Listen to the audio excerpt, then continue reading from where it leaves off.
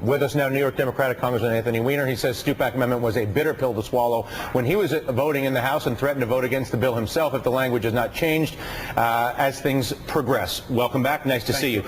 Two separate issues here. One, health reform in general as a clean effort to reduce cost and improve care seems to be widely supported and widely popular. However, the mechanisms as to how you do it seem almost impossible to agree on. Abortion, perhaps the most inflammatory of the batch. So that we're dealing in reality, what does this piece of legislation do? And how are they trying to basically further diminish abortion rights? Well, we basically have a cold piece on the issue of abortion when it comes to federal funding. Many of us believe that you should not have government bureaucrats coming between women and their doctors. Treat abortion like any other health care plan. Don't even talk about it. Let doctors do it if they believe that it's medically necessary. On the other side are people who believe there should never be abortions. They don't want any taxpayer dollars going to it. That's basically what the compromise has been. No taxpayer dollars can go to abortion. No one's particularly happy, but it's lasted now for the better part of a generation. And that's the Hyde Amendment. What happened here is that seeing how close the margins are, opponents of a woman's right to choose have said, you know what, we can gather up our forces here and try to stop this whole thing in the tracks by adding this added layer of complication, which is abortion, to this, what is basically a health care bill. The irony to all of this is the same conservatives who say they want no government bureaucrats coming between people and their doctors are now saying that's exactly what we want by saying that no one could have coverage for abortion if they're in this so-called exchange.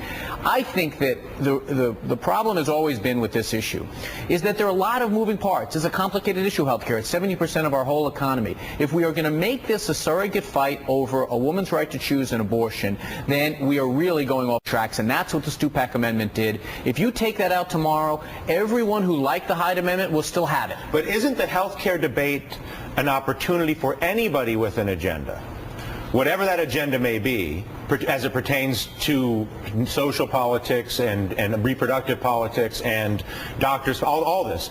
Because it's so close, I can push almost anything. So there's an opportunity included in that where I can actually take advantage of the fact that the patient is open. We're talking about how healthcare works in this country.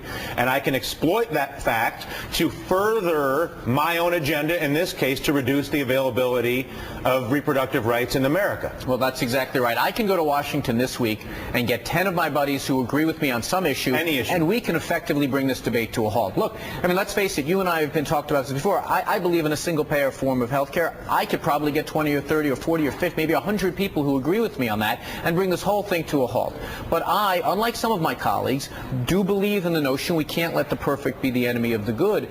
But right now, if this becomes a debate on abortion, by the way, I think people who believe in a woman's right to choose I think we're in a majority in this country, but we're prepared to compromise by leaving the Hyde Amendment in there. It's the Stupak Amendment and those that support it that are really derailing this effort, and that's why it's important that it be stripped out. Do you think it's, I gotta wrap this, but do you think it's possible that healthcare reform in general is derailed in this country because it gets caught in the quagmire of an abortion debate? Any one of these 2 or 3 big issues, and abortion may be the top among them, could derail the whole thing. Single payer would do the same thing. Well, look, a lot of these different things could, but certainly this one, because it's so entrenched, no one's going to be persuaded on this issue, and you saw that in your introduction. Yeah. All right, listen, a pleasure. Thank you. Enjoy your week. Busy week. Yeah, thank you.